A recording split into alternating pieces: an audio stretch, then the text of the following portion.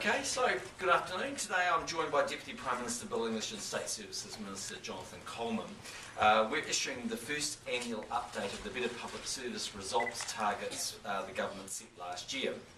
So we'll go through that process, take any questions obviously on the BPS, and then Bill and Jonathan will go and we'll just deal with the other issues of the day.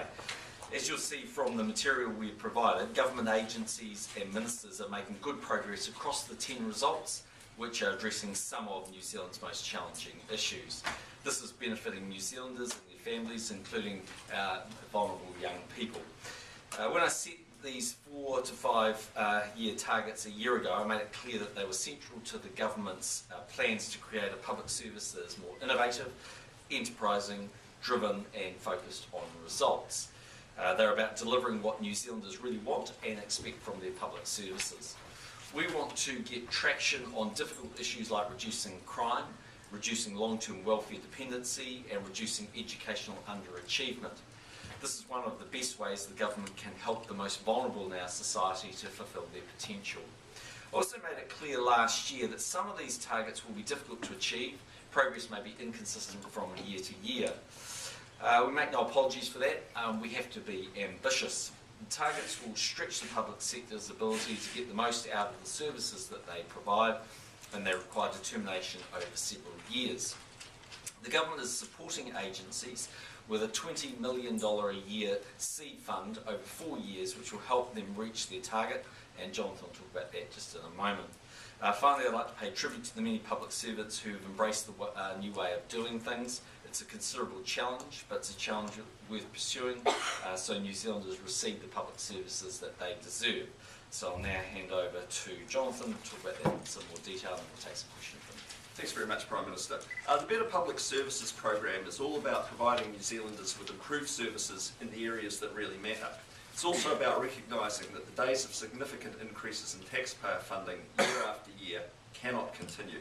That's requiring a culture change in the public service and a willingness to take some risks, to try new things and to work with others inside and outside of government for more collective impact across agencies. It's about focusing on results and not how much more we spend each year, which was the misguided benchmark of previous governments. Just 1 year into this 4 to 5 year programme, these early results confirm that the public service is finding new ways of providing better services. As the PM has said, we understood that many of these BPS results targets would be difficult to achieve. We understood that there'd be challenges along the way and that progress would not always be even and consistent.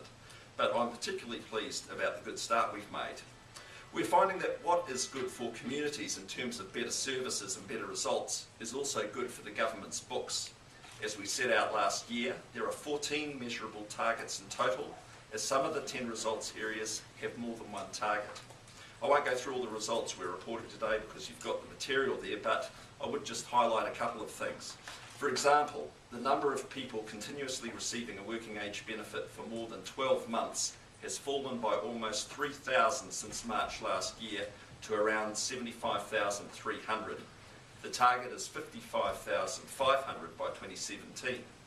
As at March this year, 89% of 8-month-olds had been immunised, up from less than 85% just a year ago. The target is 95% by December 2014, and for this to be maintained through to June 2017. And finally, the proportion of 18-year-olds with an NCEA Level 2 or equivalent qualification has increased to 77.2% in 2012, up from 74.3% in 2011. The target is 85% in 2017. So we're making good progress in those areas and they're going to make a real difference to people's lives, but there's still a long way to go. Just finally, as the PM mentioned, ministers have agreed to a $20 million annual seed fund for the next 4 years to support public agencies in achieving the Better Public Services targets. It will help business case development and design work for collaborative initiatives across different agencies. Ministers are currently considering the first round of applications for funding from CEs.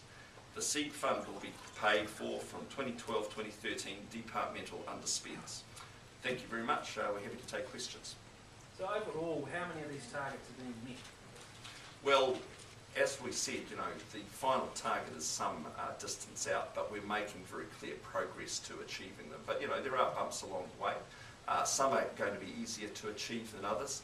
In some cases, for instance, immunisations, there were very clear programs in place before we announced the DPS program.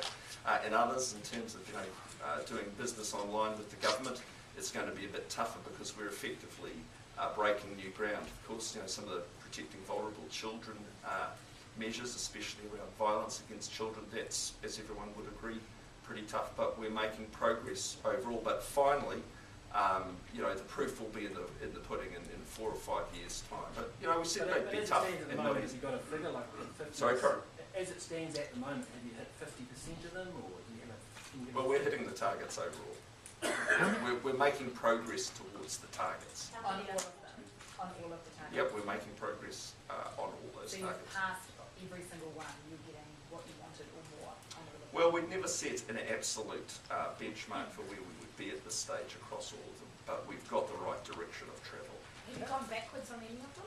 No, we're not going backwards. Take welfare dependency. Yep. I mean, how much of that is just due to the fact that the economy is growing a bit now, and how much can you put down to policy changes and actually what the government's doing? Well, it's always going to be hard to quantify the exact percentage, but if you look at it, a lot of the people on welfare, there would have been a certain hardcore who, no matter how good the economy is progressing, without the interventions we've taken, probably would have remained on welfare. So I think you'd say, there's been massive investment by this government in welfare, a big focus on it, and I think we're starting to see that pay off, and those figures show. How much money has been saved by making those changes over the last year? In welfare, we haven't quantified that at this point, but we're certainly moving to get people off welfare, and we have got fewer people. But across the whole Better Public Services? I can't give you that figure. What I can say is if you look at the targets we're setting ourselves for the long term, we're tracking towards that. But look, it's not just about saving money, and as we said, what's good for the community, sure, it is good for the books, but the primary thing is to make sure that what we're delivering actually improves the lives of New Zealanders. So the primary driver was not financial saving, it was actually making a difference for people in areas that have been very tough for previous governments to actually get on top of. And some ultimately cost us more money in the short term, because if we're immunising more children, or we have more children enrolled in ECE, or children are staying longer at school because they are achieving NCA level 2, they actually arguably short term cost the government money. But the question is, overall, does society benefit from that? And the answer to that is absolutely. And can we quantify that in day one? No. But it comes back to what the Minister said. In the end, the government's about delivering what New Zealanders want, and these are 10 areas where New Zealanders want to see progress. Will the Commissioner give or take away bonuses depending on whether these benchmarks or targets are met?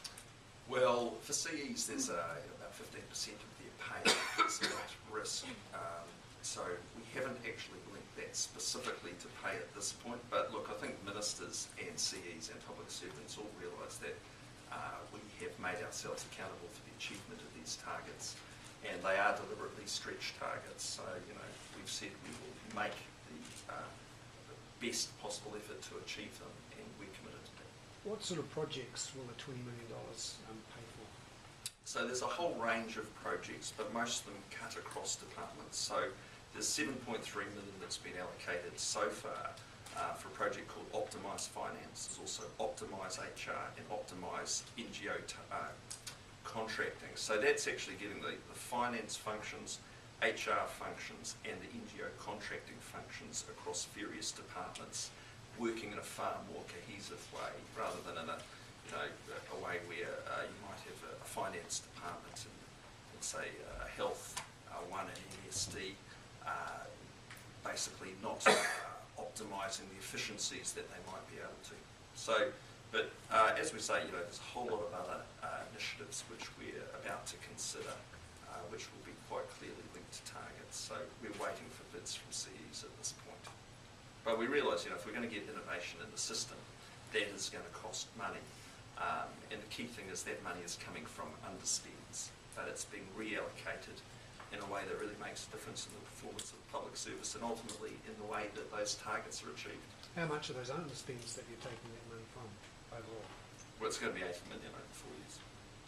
Given that you are on track with those targets, is there room to lower the cap further on public service? Well, look, we set a cap when we came in, that cap has dropped by over 2,000 over time. We're not looking to drop that cap further at this point, but the reality is as technology kicks in, so if you look at the government doing more online, the history of technology over the last couple of thousand years has been, as technology kicks in, you need fewer people.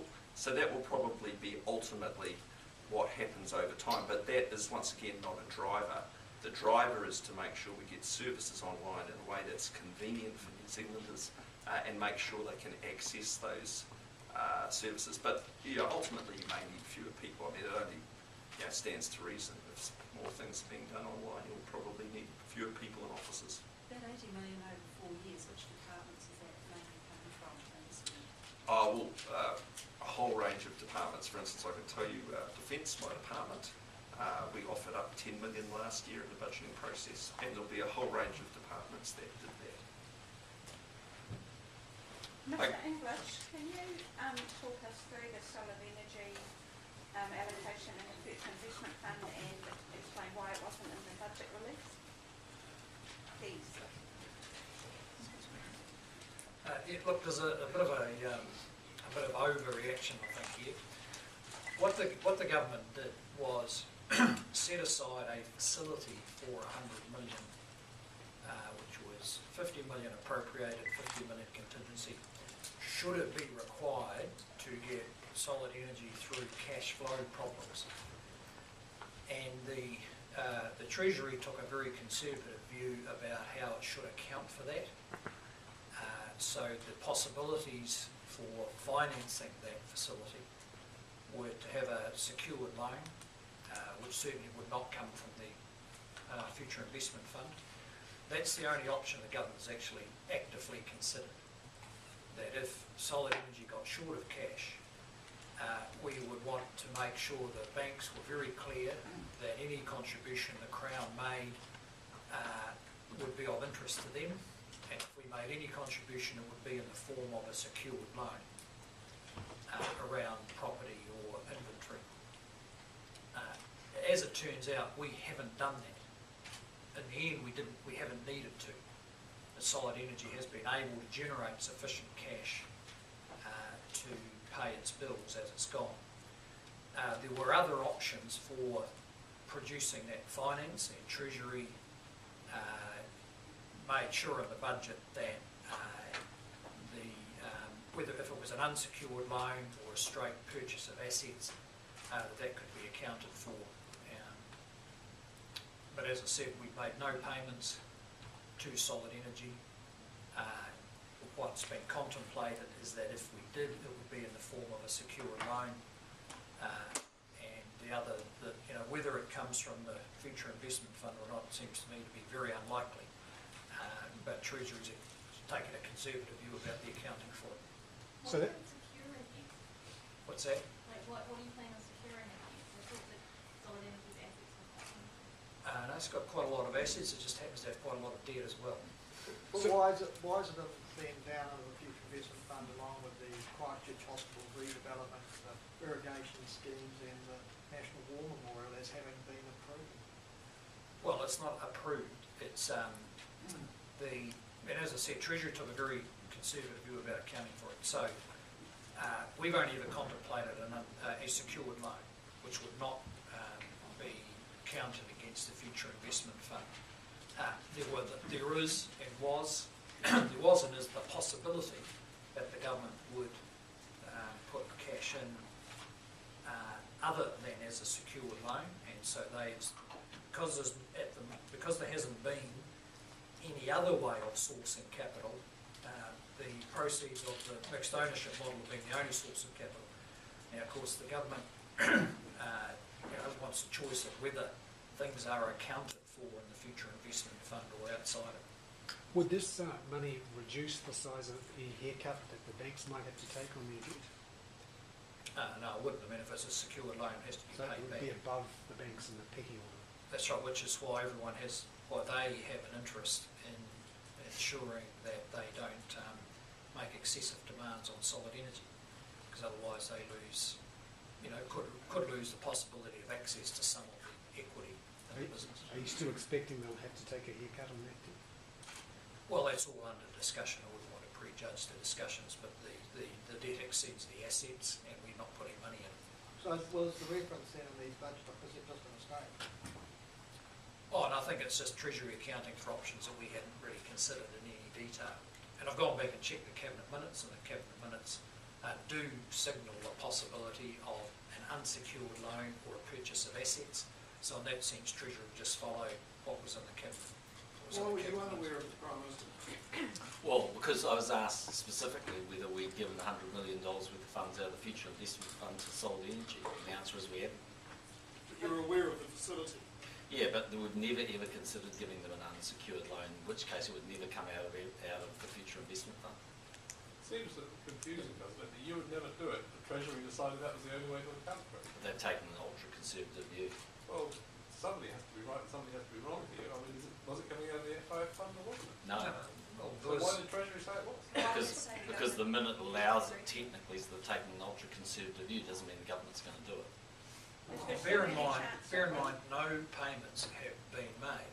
So the story that the government has paid $100 million to Solid Energy is not correct.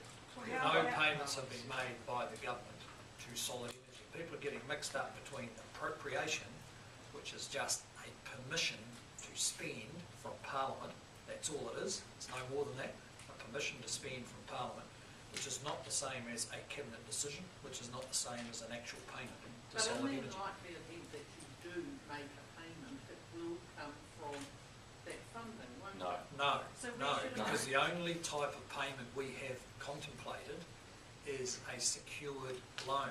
And under the Public Finance Act, the Minister of Finance can approve a loan and does so reasonably frequently, where the government lends money to people. And it's nothing to do with the Future Investment Fund, it's simply a loan transaction. We loan them the money on terms and conditions on which they repay. So we've never contemplated paying, we've never contemplated the use of Future Investment Fund proceeds for Solid Energy. We've only ever considered a secured loan. So where should it have shown up in the accounts? Where would you prefer it to have shown up? Well, it's Treasury covering all the possible technical possibilities. But there must be another way of showing where the money might come from.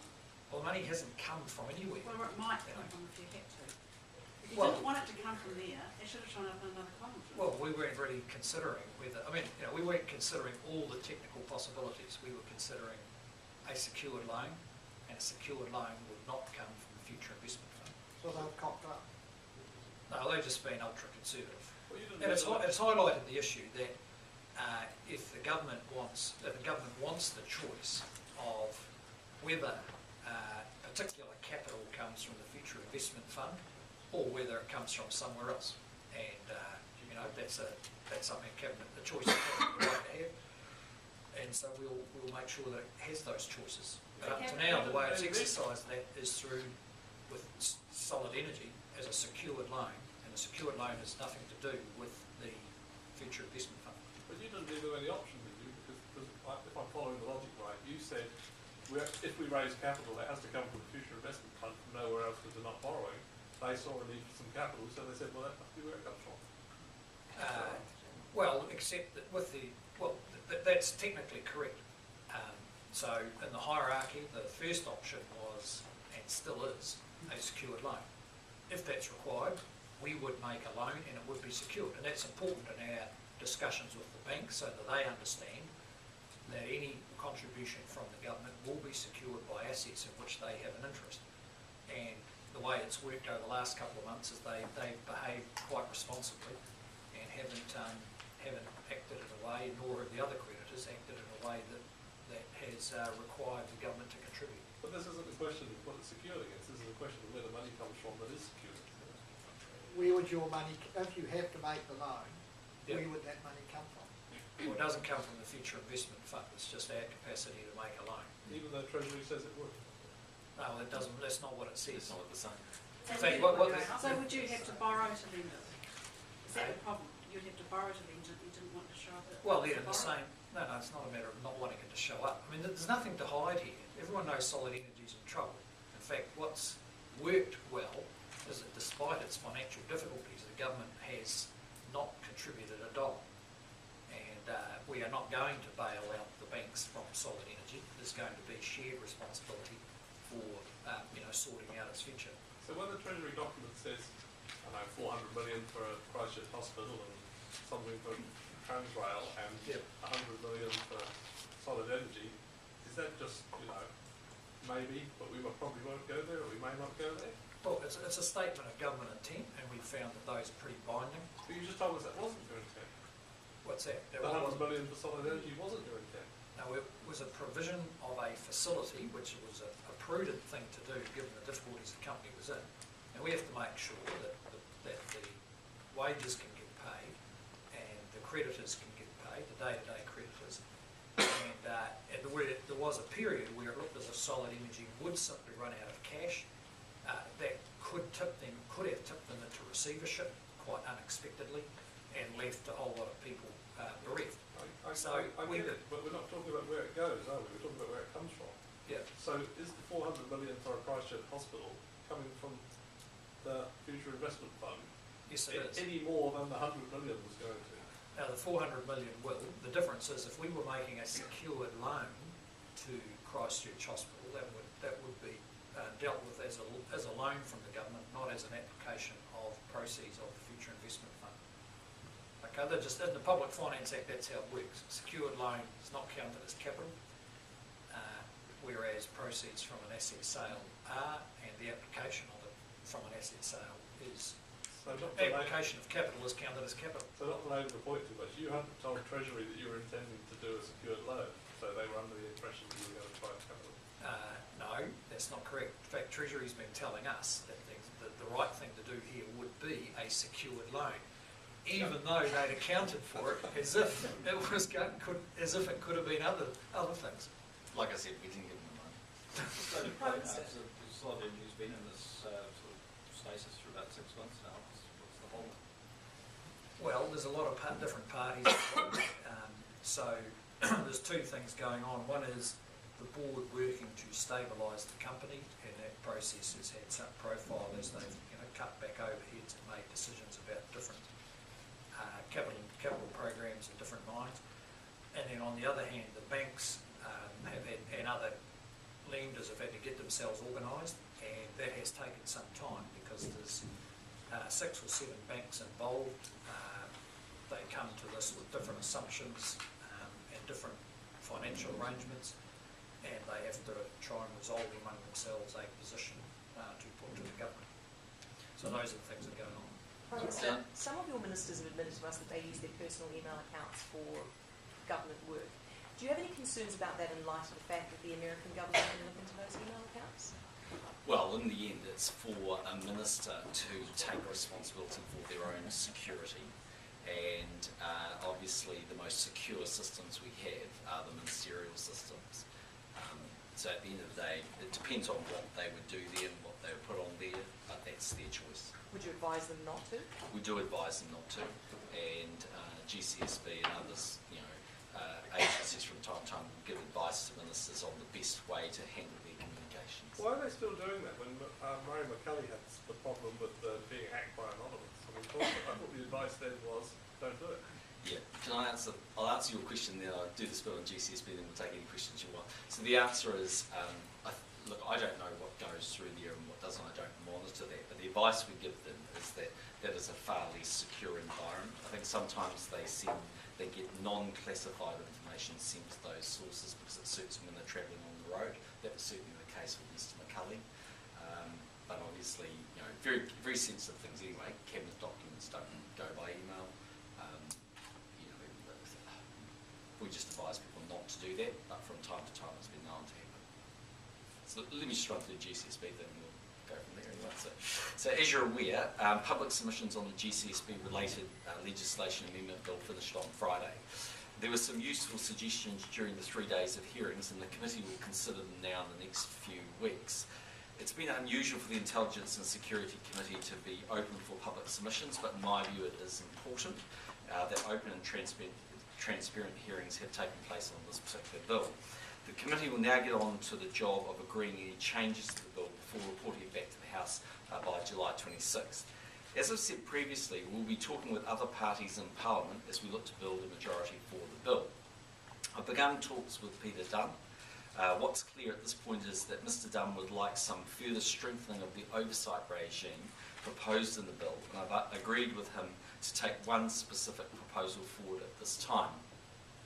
Mr Dunn, and indeed some of the submitters to the committee, would like to see the Inspector General's oversight enhanced by the addition of an independent panel to support him or her. I believe this idea has merit, and I've agreed with Mr Dunn to take this proposal forward. It's my intention to ask officials for work to be done to decide the details of the panel's makeup and its role. I previously said that there are several ways in which a panel could work, and one is a similar way to the Reserve Bank Board, which effectively has an advisory approach. This would mean the Inspector General could be supported by potentially two other independent people who would play a head check or sounding board type of role. It's clear from the GCSB's review undertaken by Rebecca Kitteridge that there is a risk that people who work in and around the intelligence community become isolated from other relevant parts of the state sector, the legal fraternity and the likes. If the Inspector General had a couple of well-credentialed people to share his or her thoughts with, would, in my view, further increase the strength of the office.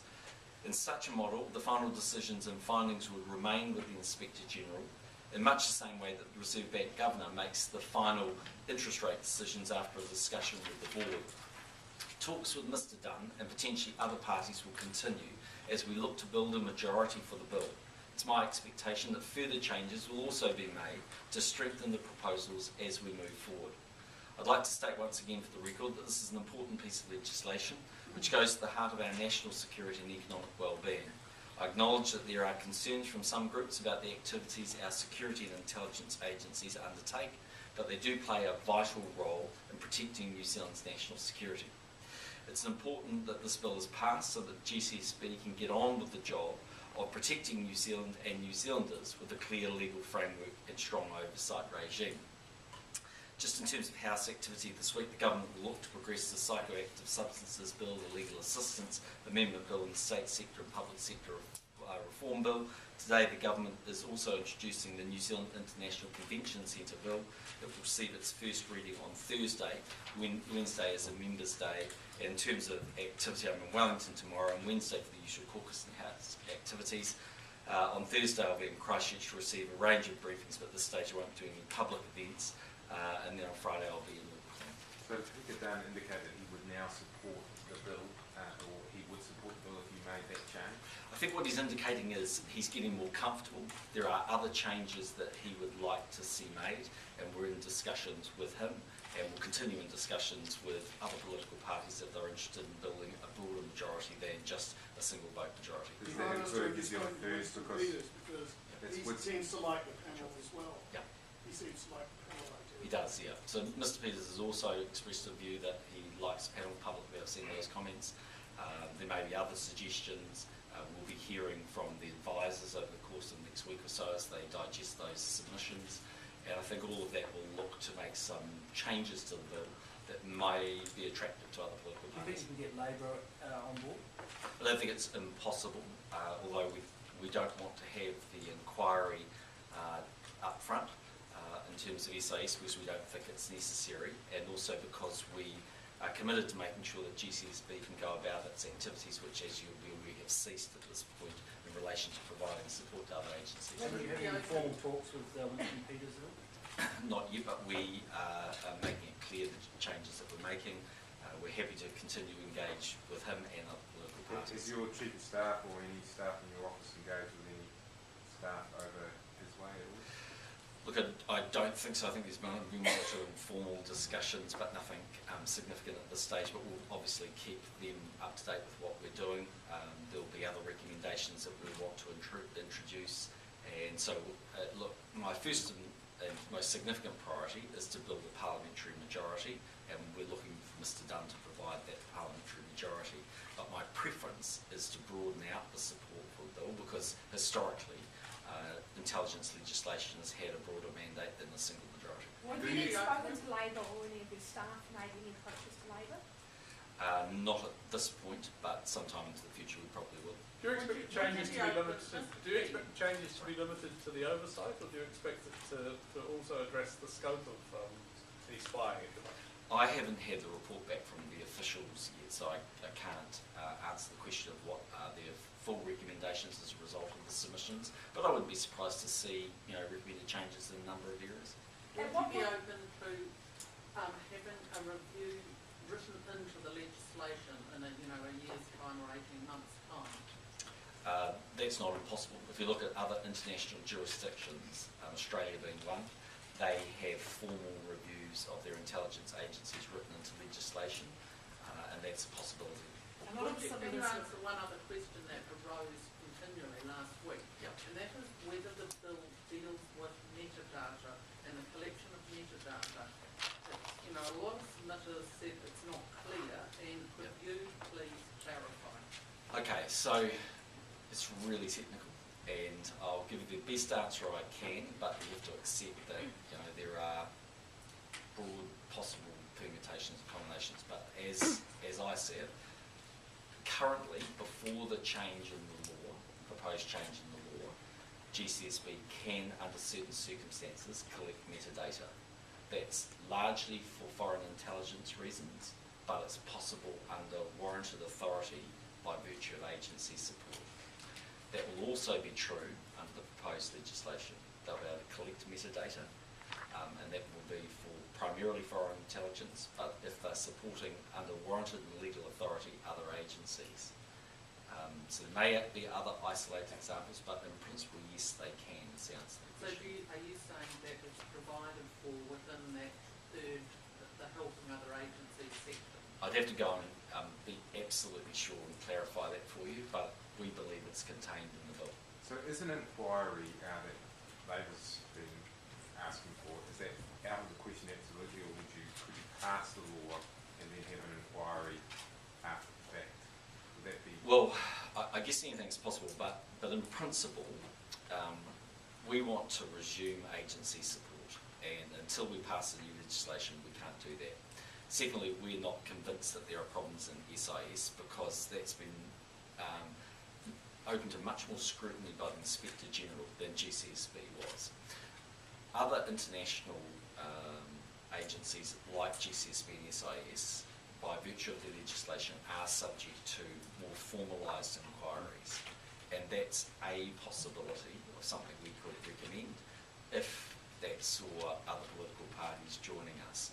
It's not that we have to have them to pass the bill, but I think most people would feel more comfortable if there was a broader mandate and broader authority from the Parliament. But in the end, if we have to get there by one, we'll get there by one. So, but you are open to formalised inquiries after the laws is It's a passed? possibility.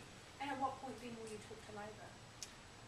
Well, in the first instance, my main focus is with Peter Dunn and building out that parliamentary majority. But we're looking to progress the bill, and for foreseeable future, that's an option. What would make you go to them?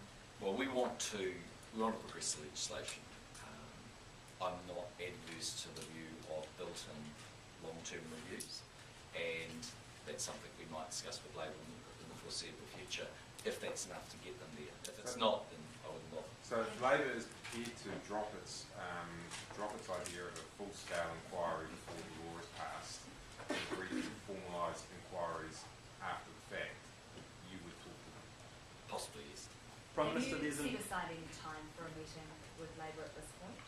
No, my primary focus is with Peter Dunn. There's one area of discussion that's consumed from many submitters about the ability for Cabinet to decide without reference to Parliament, adding to the list of agencies that can cooperate with.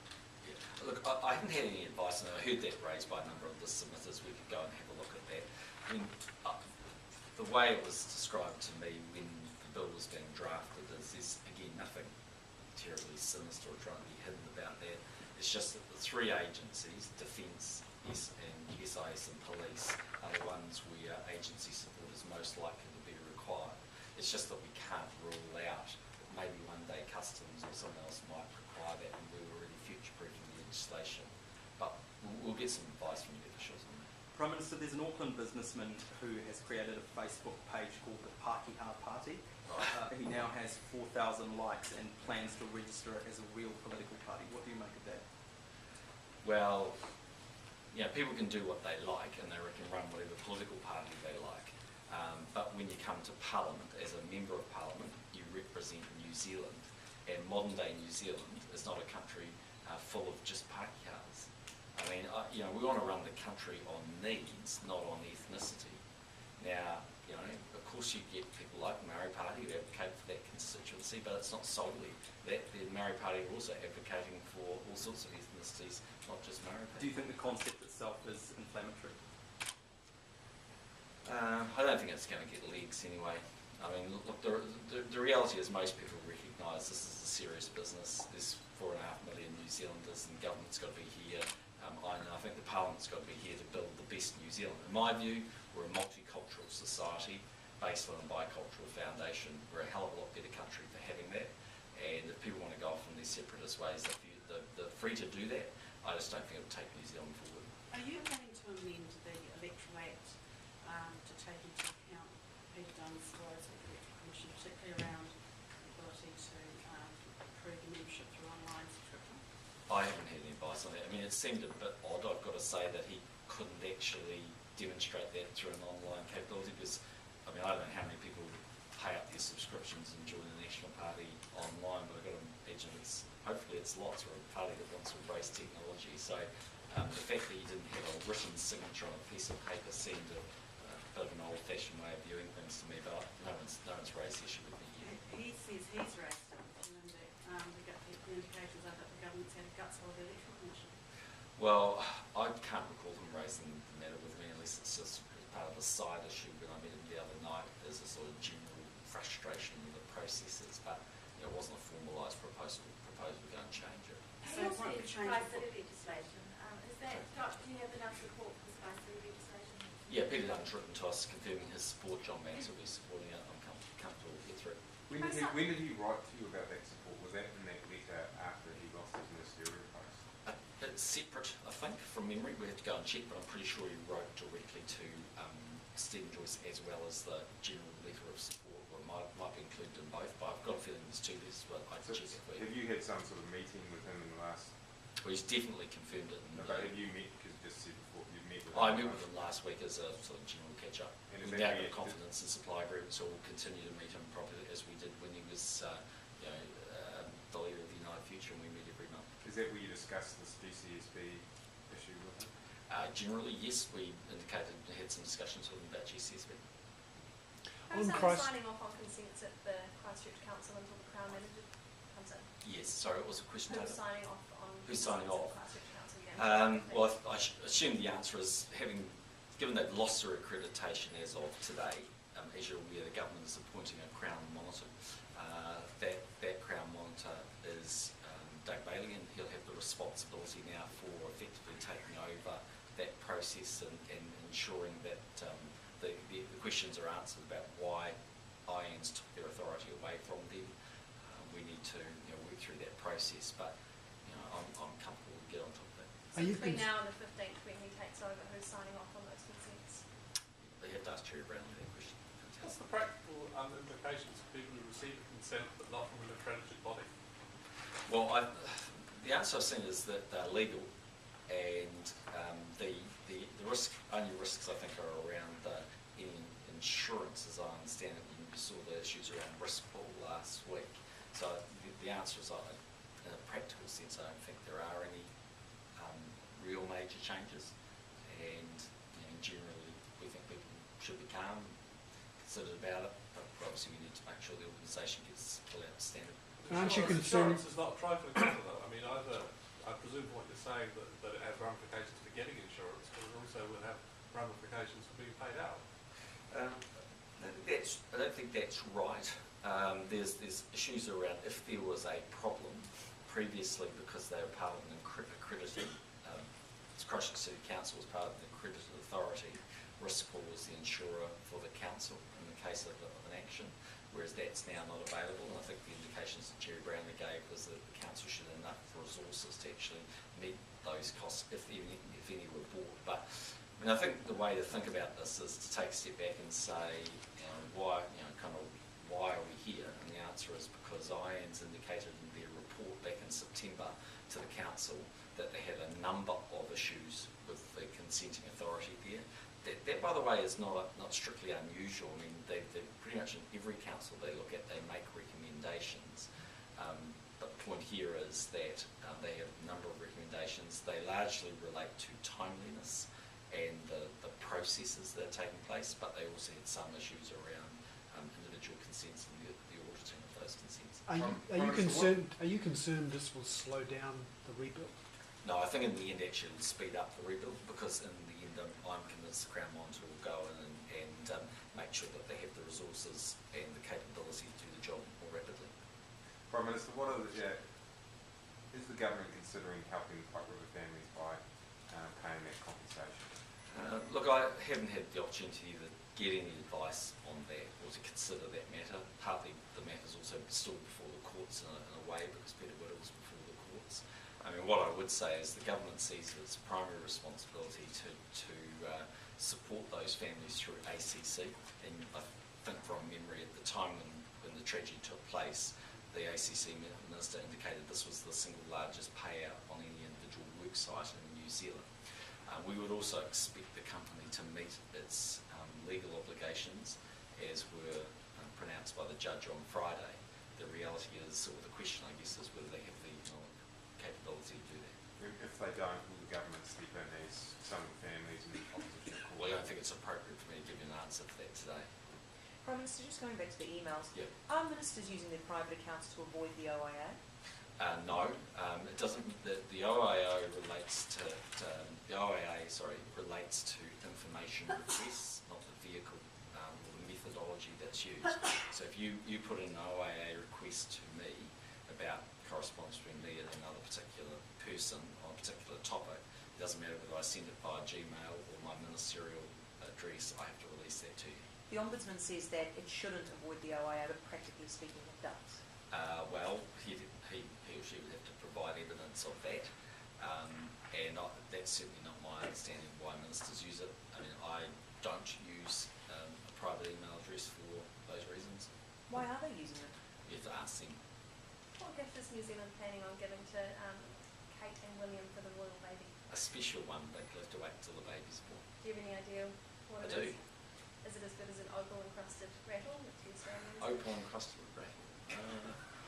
Well, it's not that, but I think it's nice. They'll like it. Stuffed kiwi? It's a step up from a stuffed kiwi. So it's obviously appropriate for either a boy or a girl, this would. Yeah. Who chose it? Well, it's a convoluted process, but the Cabinet Office put their thinking caps on, and somewhere along the line, people beavered away with an idea and just ran it past me, and I think that we ran past the Royal Household to see whether they thought they'd like it. Do you have rights of veto? Yeah, I suppose if they wanted to give them something that we thought that wasn't that flash, we wouldn't do that. So it's even been checked out with the royal household? I think they know what they're getting in. It's not a buzzy bee, is it? No. We're giving them kin.com. Do you know it's... No.